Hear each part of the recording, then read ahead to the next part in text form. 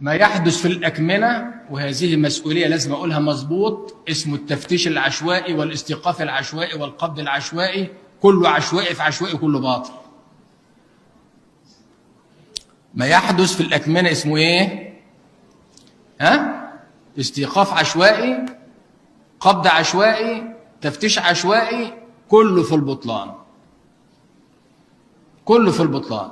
وعندنا 5 أحكام نقض في الحتة دي، هبعتهم لأبو بكر بيه يوزعهم ويدخلهم على الموقع بتاع النقابة، ولكم كلكم تتمتعوا بالحتة دي. أنا بشوف، ويمكن تكون حصلت معايا مرة عشان كنت جاي من البلد ولابس جلابية قديمة كده، وتعال خش هات في الحتة دي، دخلت قال ده حصل، تاخد بالك؟ أما يوقفك كده، فين بقى ضوابط الاستيقاف اللي أنا قلت عليها؟ هديك مثالين 3 في الحتة دي من القضايا اللي اشتغلتوها. واحد جاي من منوف راكب عربية، طبيب بيطري